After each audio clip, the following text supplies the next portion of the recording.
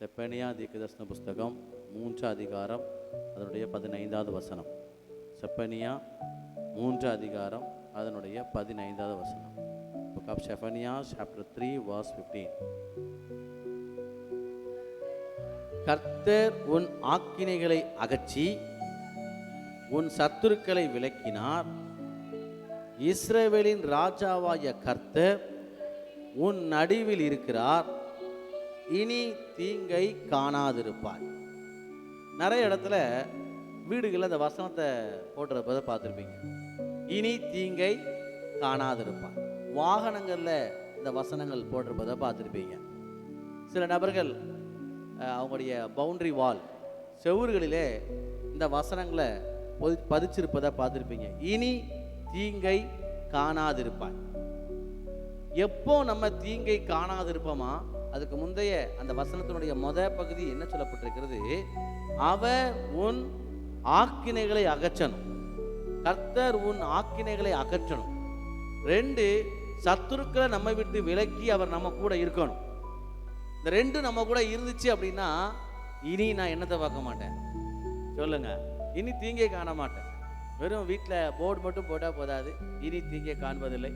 வசன போர்டு மட்டும் வச்சா போதாது. இந்த 2 காரியங்கள் நடைபெற வேண்டும். இந்த வருஷ துவக்கத்திலேயே தேவன் நமக்கு சொல்லக்கூடிய முக்கிய காரியங்களை ஒன்று தான் இனி தீங்கை காணாதிருப்பாய். ஆனால் 1, உன்கிட்ட இருக்கிற ஆக்கினை அகன்று போகணும். 2, உன்னை சுற்றி இருக்கிற சத்துருக்களை உன்னை விட்டு நீக்கி நான் உன் நடுவில் இருக்கணும். அப்பந்தான் இனி உனக்கு தீங்கு வராது. இந்த புஸ்தகத்தை எழுதின செப்பனியா என்றால் தேவனின் மறைவிடம். தேவனை மறைத்துக் கொள்கிறார். நான் அவருடைய மறைவுக்குள் இருக்கிறேன் என்று அர்த்தம் செப்பனியா என்றால். செப்பனியா என்று சொன்னால் அவருடைய மறைவு, தேவனின் மறைவு என்ற அர்த்தம். இவர் சின்ன தீர்க்கதரிசி. கிமு 642 இருந்து 611 வரைக்கும் தீர்க்கதரிசனம் உரைச்சாரு. அவருடைய காலம் எசேக்கியா ராஜாவுடைய வம்சாவளி, ஒரு ராஜ குடும்பத்தினுடைய வம்சாவளியில பிறந்தவர். இனி யோசியா ராஜாவின் காலத்தில் தீர்க்கதரிசனம் உரைத்தார். இனி இவங்க அப்பா பேர் கூஸ். இவ்வளவு டீட்டெயில் தான் இவருடைய பேக்ரவுண்ட். செப்பனியா ராஜகுலத்தை சேர்ந்தவரை தேவன் தேர்ந்தெடுத்து ஜனங்களுக்கு தீர்க்கதரிசனம் உரைப்பதற்காக யோசியா ராஜாவின் காலத்தில் ஏற்படுத்தின தீர்க்கதரிசி தான் செப்பனியா தீர்க்கதரிசி. அவர் எல்லா காரியத்தையும் சொல்லி முடிச்சுட்டு கடைசியில் என்ன சொல்லி முடிக்கிறார் அப்படின்னா, கர்த்தர் தான் உன் ஆக்கினை அகற்றணும். கர்த்தர் தான் உன் சத்துருக்களை உன்னை விட்டு விலக்கி போட்டு அவர் உன் நடுவில் இருக்கணும். அப்பந்தான் இது வரைக்கும் வந்த தீங்க நம்ம என்ன செய்ய மாட்டோம் சொல்லுங்க பார்க்கலாம். இனி நான் என்ன செய்ய மாட்டேன் தீங்க. ஆமா, இனி கண்ணை முடிச்சிருப்பேன், நான் இனி தீங்க காண மாட்டேன்னு சொல்லிட்டு பூனை கண்ணை முடிச்சு பால் குடிக்கிற மாதிரி இருக்கக்கூடாது. இல்லையா? பூனை பால் குடிக்கும் போது கண்ணை மூட்டே குடிக்குமா? எதுக்குன்னு சொல்லுங்க பார்க்கலாம். நம்மளை யாரும் என்ன செய்யலை, பார்க்கலன்னு நினச்சி அது கண்ணை மூடி குடிச்சிட்டே இருக்குமா? எல்லாரும் அவனை தான் பார்ப்பாங்க, ஆனால் இது கண்ணை மூடி குடிச்சிட்டே இருக்குமா? அதே மாதிரி கண்ணை முடித்து இந்த 2025 வருஷத்தை கண்ணை முடித்தே இருந்தால் எந்த தீங்கும் காணாமல் போயிடும் நினச்சிட்டு இருக்கக்கூடாது. பூனை மாதிரி பூனை கண்ணை முடிச்சு கண்ணை மூடி பால் குடிக்கிற மாதிரி குடிச்சிட்டு இருக்கக்கூடாது. நல்லா கண்ணை திறந்து பார்க்கணும். என் ஆக்கினைகளை கர்த்தர் அகற்றணும். என்னை சுற்றிலும் இருக்கிற சத்துருக்களை கர்த்தர் நீங்களாக்கி போடணும். அவர் என் நடுவில் இருக்கணும். அப்போ தான் எனக்கு என்ன வராது, என்னை சுற்றிலும் தீங்குகள் நினைச்சாது வராது. ஆக்கினை என்றால் என்ன தெரியுமா? Punishment. What is the meaning of தமிழில் சொல்லப்பட்டிருக்கு ஆக்கினை என்று சொன்னால் பனிஷ்மெண்ட். நான் செய்கிற தவறுகளுக்கும் தப்பிதங்களுக்கும் உண்டாகிற தண்டனைகள், கோபாக்கினைகள். வேதத்தில் நீங்க யாருக்கு ஆக்கினை, யார் இந்த ஆக்கினைக்குள்ள போவா அப்படின்னா ஒரு 3 நபர்களை மையப்படுத்தி வேதத்தில் சொல்லப்பட்டிருக்கும். முதல்ல யாரு அப்படின்னு பார்த்தா நீதிமொழிகள் 28 அதிகாரம் அதனுடைய 20வது வசனத்தை வாசித்து பார்த்தா, நீதிமொழிகள் 28:20 வாசித்து பாருங்க. யார் ஆக்கினைக்குள்ள போய் மாட்டுவானே?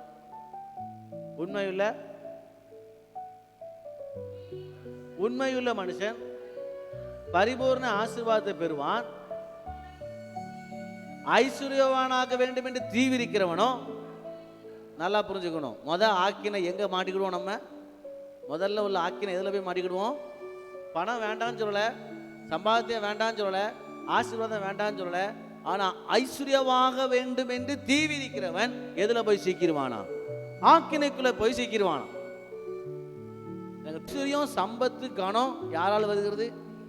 சாணக்சனால் வருகிறது. என் குடும்பத்துக்கு அப்படி கிடையாது. எங்க யாரால் வருகிறது? தேவனால் வருகிறது. ஐஸ்வர்யம், சம்பத்து, கணம் உன்னை யாராவது தொத்தனையா அப்படின்னு மதிக்கணும்னு வச்சுக்கோங்களேன். அது கணம் யார் தரணும்? தேவனால் உண்டாகிறது. ஐஸ்வர்யம் யாரால் உண்டாகிறது? தேவனால் உண்டாகிறது. அதனால இங்க சொல்லப்படுகிறது, ஐஸ்வர்யவானாக வேண்டும் என்று தீவிரிக்கிறவன் எங்க போய் மாட்டிக்கிடுவான் சொல்லுங்க பார்க்கலாம். ஆமா, அவனுடைய எண்ணம் என்ன தெரியுமா? பணம் மட்டும்தான் அவன் குறிக்கோளா இருக்கும். யாருக்கு பணம் மட்டும்தான் குறிக்கோள், தேவனுடைய காரியமோ தேவனுடைய செயல்களோ அல்லாமல் தனக்கு அந்த பணம் மட்டும்தான் குறிக்கோள் என்று சொல்லி அதன் மீதே கவனம் வைத்துக் கொண்டிருக்கிறவன் எண்ணத்துக்கு தப்பான். சொல்லுங்க, எதுக்கு தப்பான்? ஆக்கினைக்கு தப்பான். இந்த விதைக்கிற ஓமையில சொல்லப்பட்டிருக்கும் பாருங்க, சில விதைகள் அங்கே விழுந்து சில விதைகள் இங்கே விழுது. விழுந்த விதைகளை சொல்லும் பொழுது அங்க சொல்லப்பட்டிருக்க ஐஸ்வர்யமும் உலகத்தின் சிற்றின்பங்களும் ஐஸ்வர்யமும் சேர்ந்து நெருக்கி விட்டது. ஐஸ்வர்யம் என்ன செய்யும் என்று சொன்னா, நம்ம ஆண்டவரோடு கூட வளராதபடி நம்ம நெருக்கி போட்டுரும். அதுக்கு நான் பணம் வேண்டாம், பாத்தியே வேண்டாம்னு சொல்ல, ஆசீர்வாதம் வேண்டாம்னு சொல்ல, பணம் இல்லாம நம்மளால வாழ முடியாது, அது ஒரு பக்கம் இருக்கட்டும். ஆனா அது மட்டும்தான் என் நோக்கம், அது மட்டும்தான் என் எண்ணம். Not ministry, only money. அது மட்டும்தான், அது மேல மட்டுமே என் கவனம் போ. அவன் ஆக்கினைக்கு தப்பான். என்னன்னு சொன்னால், ஆண்டவருக்கு தெரியும் எந்த நோக்கத்துக்காக கர்த்தர் உங்களை என்னை கொண்டு வந்திருக்கிறார், எந்த கர்த்தர் வச்சிருக்கிறார் என்பதும் ஆண்டவருக்கு தெரியும். நல்லா புரிஞ்சுக்கணும். ஐஸ்வர்யவானாக வேண்டும் என்று நான் பணக்காரனாகணும், ஆசீர்வாதம் வேணும், ஆனா நான் பணக்காரன் ஆக வேண்டும் என்கிற நோக்கம் மட்டும் உள்ளவன் எங்கேயாவது ஒரு இடையில போய் என்ன மாட்டிக்கிறான் சொல்லுங்க பார்க்கலாம். ஆக்கி நடந்தவன் நிறைய பேர் இருக்கிறாங்க இன்னைக்கு. குறுக்கு வழியில பணம் சம்பாதிப்பது, அரசாங்கம் சொல்லுகிற சட்டத்திற்கு விரோதமாய் குறுக்கு வழியில பணம் சம்பாதிப்பதற்கு தங்களால இயன்ற வழியில என்னென்னலாம் குறுக்குத்தன்மை இருக்குமோ அந்த வழியிலாம் போய் தான் பணம் சம்பாதிச்சு ஐஸ்வர்யவானாக வேண்டும் என்று விரும்புகிறவன் எதுக்கு தப்பானா சொல்லுங்க பார்க்கலாம். ஆக்கினைக்கு தப்பானா. அடிக்கடி நான் உபயோகிக்கிற வசனம் என்ன தெரியுமா? கர்த்தரின் ஆசீர்வாதமே ஐஸ்வர்யத்தை தரும், அதனோடு அவர் வேதனை. ஆண்டவர் நம்மளை ஆசீர்வதிச்சார் அப்படின்னா, சிலவங்க பணக்காரனாக வேண்டும் என்று விரும்பி ஊர்பட்ட கடன், அவங்க வண்டி வாங்கிட்டாங்க, இவங்க வண்டி வாங்கிட்டாங்க, நம்மளும் வாங்கணும் ஒரு கார். என்ன வாங்குவாங்க சொல்லுங்க பார்க்கலாம். ஐஸ்வர்யத்தை காட்டணும். அவங்க வீடு கட்டிச்சாங்க, நானும் வீடு கட்டணும், ஐஸ்வர்யத்தை காட்டணும், உடனே லோன் எடுக்கணும், செய்யணும். ஆக்கினைக்கு தப்பான், எங்கேயாவது போய் மாட்டிக்கிடுவோம். அதான் வசனம் சொல்லப்படுது, கர்த்தரின் ஆசீர்வாதமே ஐஸ்வர்யத்தை தரும் சொல்லி விடுங்க, அதனோடு அவர் வேதனை கூட. அப்ப இந்த வருஷம் நீங்க சொல்லணும் என்ன தெரியுமா? அப்பா, நான் தேவையில்லாம அங்க இங்கேயும் சிக்கிட்டேன், இந்த வருஷம் என் ஐஸ்வர்யம், என் பணம், என் ஆசீர்வாதம் யாரால் வரணும்னு சொல்லுங்க பார்க்கலாம். கர்த்தராலே உண்டாக வேணும். அப்பதான் ஆக்கினைக்கு தப்ப முடியும், அப்பதான் தீங்க பார்க்காம இருக்க முடியும். ஏன்னா போன வருஷம் மாதிரியே இந்த வருஷத்தை நான் உருட்டி போக விரும்பல. ஆண்டவரே என்னை ஆக்கினைக்கு தப்புவீங்கப்பா. அப்போ ரெண்டாவது என்ன சொல்றாரு அப்படின்னா, நீதிமொழிகள் 19 அதிகாரம் 19 வசனத்தை பாருங்க. யாருக்கு அந்த ஆக்கினை? நீதிமொழிகள் 19:19. Proverbs chapter 19 verse 19. கடுங்கோபி ஆக்கினைக்குள்ளாவான். திரும்ப திரும்ப இந்த கடும் கோபம் கொள்றவங்க எங்க போய் மாட்டிக்கிடுவாங்களாம் சொல்லுங்க? யாருக்கெல்லாம் கோபம் வரும்னு சொல்லுங்க? இருக்கிறவங்கள பார்த்தா யாருக்குமே கோபம் வராம இருக்கு. முகத்தை பார்த்தா எங்கேயுமே நீங்க கோபம் பண்ண மாட்டீங்க, எல்லாத்துக்குமே சிரிச்சுட்டு தான் இருப்பீங்க போல. வசனம் சொல்லப்பட்டிருக்கு, கடும் கோபிக்கு என்ன இருக்கு சொல்லுங்க பார்க்கலாம். கோபத்துல என்னத்தையாவது ஒன்று நம்ம செஞ்சிருவோம். ஆமா, கோபத்துல என்னத்தையாவது ஒன்று செஞ்சிருவோம். அதனால கடும் கோபி ஆக்கினைக்கு தப்பான். அவனை திருத்தணும்னு நினைச்சேன்னா திரும்ப திரும்ப திருத்திட்டே தான் இருக்கணும். அவன் திருத்த மாட்டான். அவனுக்கு கண்டிப்பா ஒரு ஆக்கினை விழுந்து ஒரு அடி விழுந்து அவன் நிமிந்தாதான் அவனுடைய கோபம் என்ன செய்யும் சொல்லுங்க பார்க்கலாம் ஆறும். சில கோபம், அதனாலதான் சில நம்ம கோபத்துல என்ன பேசுறோம், என்ன சொல்ல வாரோம், நம்ம கடும் கோபத்தில் இருக்கும்போது டிசிஷன் எடுக்கக்கூடாது. கோபமா இருக்கும்போது நிர்ணயம் எடுத்துடக்கூடாது, தப்பா மாறிடும். கோபத்துல டிசிஷன் எடுத்தா தப்பாயிரும். அதனால அடிக்கடி சொல்லக்கூடிய ஒரு காரியம், நம்முடைய கோபம் வேணும், கோபம் வேண்டாம்னு சொல்ல. ஆனா கடும் கோபம் நம்ம எங்களை கொண்டு வச்சிருமா, நம்மள ஆக்கினைக்குள்ள கொண்டு வச்சிருமா. அப்ப நம்ம ஆண்டவர்கிட்ட சொன்னோம், ஆண்டவரே இந்த வருஷம் புல்லும் கோபம் கொண்டாலும் எத்தனை பேர் கோவப்படுவீங்க சொல்லுங்க? கோபம் வருமா? ஆச்சு, கோபம் வரும். மனுஷனா இருந்தா கண்டிப்பா கோபம் வரும். டாக்டே கோபம் வருது, ஓரளவு தான் அதால பொறுக்க முடியும். அதுக்கப்புறம் வல்லுன்னு கடிச்சிரும் இல்லையா? ஒரு நாயோ குரங்கோ ஓரளவு தான் விளையாட முடியும், அதுக்கே கோபம் வருமே. நமக்கு கோபம் வராதா? வரும், வராதுன்னு இல்லை. ஆனா கடும் கோபம் நம்மளை எங்க கொண்டு வந்து மாட்டிருமா? ஆக்கினைக்குள்ள வந்துருமா. எங்கேயாவது கோபம் மூட்டுற செயலை கட்ட கண்ணை மூட்டு போயிட்டே இருக்கணும். யாராவது உங்களை கோபம் மூட்டுறாங்களா பார்த்தும் பார்க்காம போயிட்டே இருக்கணும். ஒரு தடவைக்கு 2 தடவை சொல்லணும், வேண்டாம் எனக்கு என்ன செய்யுது, ஏன் ஸ்டைலில் சொல்ல போனால் நான் அடிக்கடி சொல்லக்கூடிய பிபி ஏறுது அமைதியாக போயிரு சொல்ல கொஞ்சம் அவங்களுக்கு அப்புறம் என்ன அர்த்தம் சொல்லணுமா டீசெண்டாக இங்கிலீஷில் பிபி ஏறுது அமைதியாக போயிரு. கடும் கோபம் ஆக்கினையை கொண்டு தரும். கோபத்தில் இருக்கும்போது பிள்ளைகளை அடிக்கணும்னு துணிஞ்சுன்னு வச்சுக்கோங்களேன், தாறு மாற உழும், கண்ணு முழுக்கு தெரியாமல் எங்கே உழுவும் தெரியாது அடி. ஆமாம், பேரண்ட்ஸ்க்கு நான் சொல்கிறேன், நம்ம கடும் கோபத்தை எடுக்கும்போது we should not take a decision. கடும் கோபத்தை நிர்ணயம் எடுக்கக்கூடாது. எங்கேயாவது யாராவது உன்னை கோபம் விட்டோன்னா போதும், ஊழியமும் போதும், எல்லாம் போதும், கேம்பஸும் போதும், ஒன்று வேண்டாம், தூக்கி ஒரே படா போட்டு நான் போயிடும். அதுக்கப்புறம் தான் யோசிப்பா, ஐயோ நான் அப்படி படிக்கவே கூடாது, கொஞ்சம் இணைஞ்சிருக்கலாம், சொல்லுங்க பார்க்கலாம், கொஞ்சம் அடைக்கும். கடு கோபம் சோத்து பானையை கூட கவுத்தி வச்சிருக்கீங்கள, நல்லா சோறு பொங்கி சாப்பிடலான்னு இருப்போம். கடும் கோபம் சோத்து பானையை எங்கே கொண்டு போயிரும், குப்பத்தடி கொண்டு போயிடும். அதுக்கப்புறம் தான் பசிக்கும் போது ஞாபகம் வரும், ஐயோ எல்லாத்தையும் கொண்டு கோபத்தில் கொண்டு குப்பையில் கொண்டு போட்டானே. கோபத்தில் இருக்கும்போது நிர்ணயம் எடுக்கக்கூடாது. கடும் கோபம் ஆக்கினையை கொண்டு வரும். மூணாவது ஒரு காரணத்தை நீங்கள் வாசித்து பார்த்தீங்கன்னா, நீங்கள் சகரியா அதனுடைய 14 அதிகாரம் 17வது வசனத்தை வாசித்து பாருங்க. ரொம்ப முக்கியமான பகுதி. சகரியா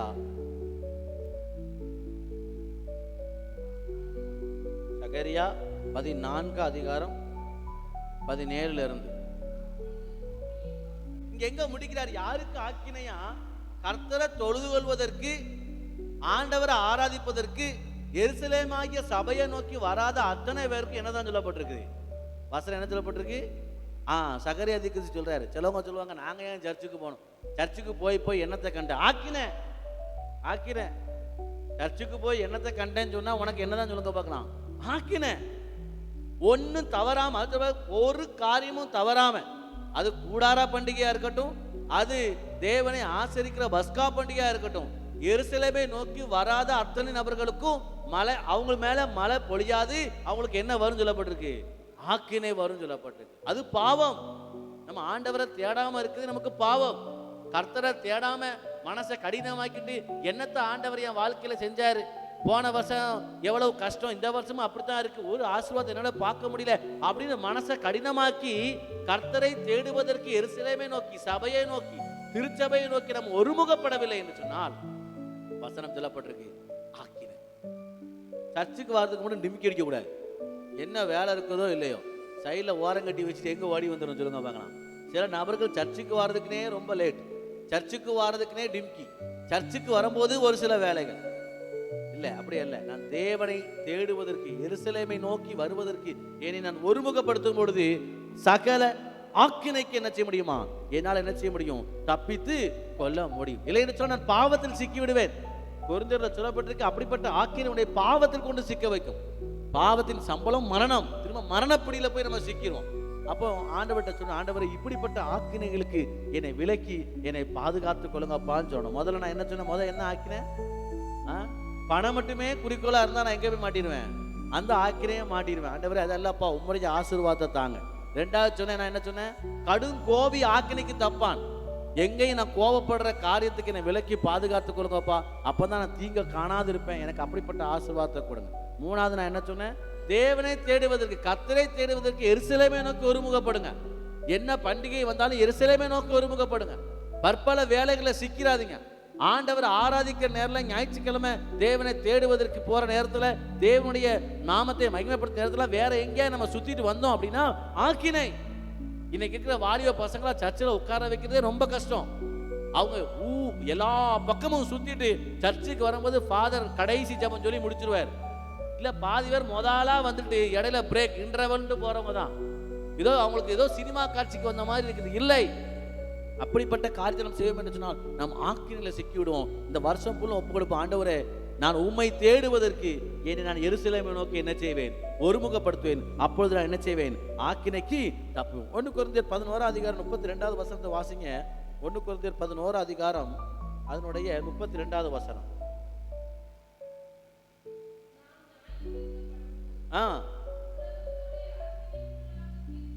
உலகத்தானோடே கூட அல்லது உலகத்தோடே கூட ஆக்கினைக்குள்ளாக தீர்க்கப்படாதபடிக்கு கர்த்தராலே சிட்சிக்கப்படுகிறேன். நிறைய பேருக்கு அநேக சிட்சைகள், அநேக பிரச்சனைகள், அநேக போராட்டங்கள். நான் இப்படி படுவதற்கு காரணம் என்ன தெரியுமா? உலகத்தானோட கூட எனக்கு என்ன வந்துடக்கூடாது, அவங்களுக்கு கிடைக்கிற பனிஷ்மெண்டோடு கூட எனக்கு என்ன கிடைச்சிடக்கூடாது, பனிஷ்மெண்ட் கிடைச்சக்கூடாது. அதனால தான் எஸ்ரா ஜோமன்பார் எஸ்ராவின் புஸ்தகம் 9 அதிகாரம் 13வது வசனம், தேவரீர் எங்கள் அக்கிரமத்துக்கு தக்கதாக ஆக்கினை எங்களுக்கு இடம் கொடாமல் எங்களை என்ன செய்யும் தப்பா பண்ண. வசனத்தை கை வச்சு நான் திரும்ப ஜோம் பண்ணேன். ஆண்டவரே எங்கள் அக்கிரமங்கள் தக்கதாக எங்களுக்கு என்ன வந்துடக்கூடாது, ஆக்கினை வந்துடக்கூடாது. எஸ்ரா 9:13 வாசித்து பாருங்க. அவர் ஜெபிக்கிற ஜெபம், இப்பொழுதும் எங்கள் தேவனே எங்களுடைய பொல்லாத செய்கைகளினாலும் குற்றத்தினாலும் இவைகள்லாம் எங்க மேல வந்தும் தேவரீர் எங்கள் அக்கிரமங்களுக்கு தக்க ஆக்கினைய எங்க மேல வரப்பண்ணாதிரும். நாங்க செஞ்ச அக்கிரமங்கள், நாங்க செய்த பாவத்தின் நிமித்தம் வரக்கூடிய ஆக்கினைய எங்க மேல இடாதிரும். எஸ்ரா ஜெபிக்கிறார். ஆண்டவர், இது ஒரு ஜெபம், ஜெப குறிப்புல ஒண்ணு. ஆண்டவரே நான் செஞ்ச தவறு நிமித்தம், நான் செஞ்ச பாவத்தின் நிமித்தம், நான் செஞ்ச ஏதாவது ஒரு காரியத்தின் நிமித்தம் வரக்கூடிய ஆக்கினைய எங்க மேல் இடாதிரும். நம்ம ஜெபிக்கணும் இன்னைக்கு. ஆண்டவரே எங்க மேல, எங்க குடும்பத்து மேல உங்க கோபாக்கின எங்க மேல வந்துடக்கூடாது, உங்க பனிஷ்மெண்ட் எங்களை வந்துடக்கூடாது. அதான் சங்கீதக்காரன் சொல்லுவோம், ஆண்டவரே தண்டிங்கப்பா. ஆனா மட்டா தண்டிங்க. மட்டானா எப்படி தண்டிங்க? லேசா தட்டி விட்டு போங்க. லேசா மட்டா தண்டிங்கன்னா எப்படி சொல்லுங்க பார்க்கலாம். நீ ஏன்ப்பா அப்படி பண்ண? மட்டா தண்டிங்க. ஓவரா தண்டிச்சிட்டீங்கன்னா என்ன செய்ய முடியும் சொல்லுங்க பார்க்கலாம். நான் ஒண்ணு இல்லாம போயிருவேன். அதான் இன்னொரு சங்கீதம் சொல்லுவாரு, என் அக்கிரமத்தை பாராதீரும். அப்படி என்ன அர்த்தம்? அவருக்கு தெரியும், ஆனா கூர்ந்து பாத்துறாதீங்க நான் என்ன தப்பு பண்றேன்னு. ஏன்னா அவ்வளவுதான், பாத்தீங்கன்னா அவ்வளவுதான், உங்களுடைய கோபாக்கினை என் மேல வந்துடும். எஸ்ரா மிக தெளிவாய் ஜெபிக்கிற, ஆண்டவரே தேவரீரின் அக்கிரமத்துக்கு தக்கதாக எங்களுக்கு ஆக்கினையை வரவேற்று விடாதீரும். முதல் காரியத்தை நான் சொல்லி முடிச்சேன், ஆக்கினைக்கு தப்பணும். ரெண்டாவது என்ன சொல்லப்பட்டிருக்கு சொல்லுங்க பார்க்கலாம். அதே வசனத்தை எடுங்க.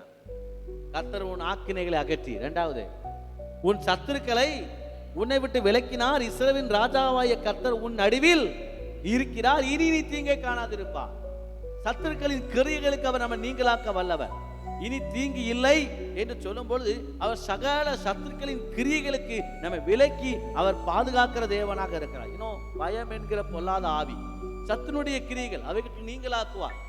அவர் சத்துனுடைய கிரியை நீங்களாக்கும் போது அவர் நம் நடுவில் இருக்கிற தேவன்.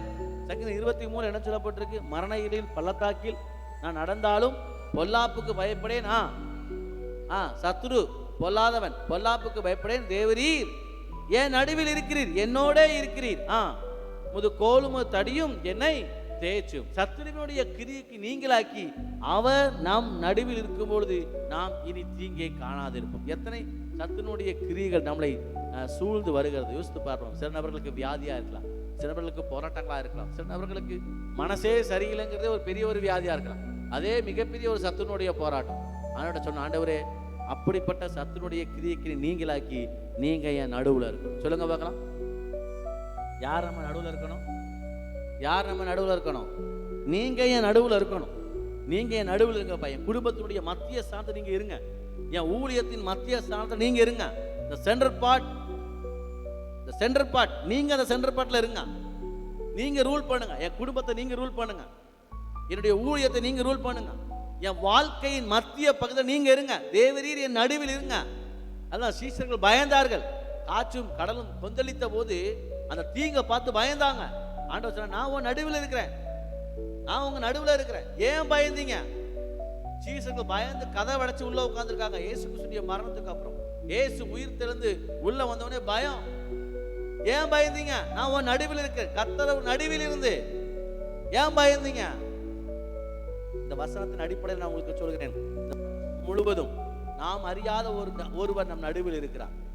யோவான் 1 அதிகாரம் 26 நீங்கள் அறியாத ஒருவர் உங்க நடுவில் இருக்கிறார். என் கூட இருக்கிற ஆண்டவர் எல்லா தீங்குக்கும் என்னை விலக்கி அவர் பாதுகாக்கிற தேவனாக இருக்கிறார். அதை எடுத்த வசனம் திரும்ப எடுத்துக்கோங்க பார்க்கலாம்.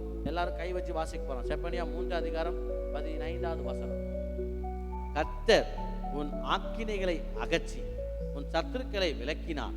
இஸ்ரவேலின் ராஜாவாய கர்த்தர் உன் நடுவில் இருக்கிறார், இனி தீங்கை காணாதிருப்பார். நம்ம எல்லாரும் கண்களை மூடுவோம், நான் ஜெபிப்போம். நம்ம எல்லாரும் கல்கி நான் ஜெபிக்கலாம்.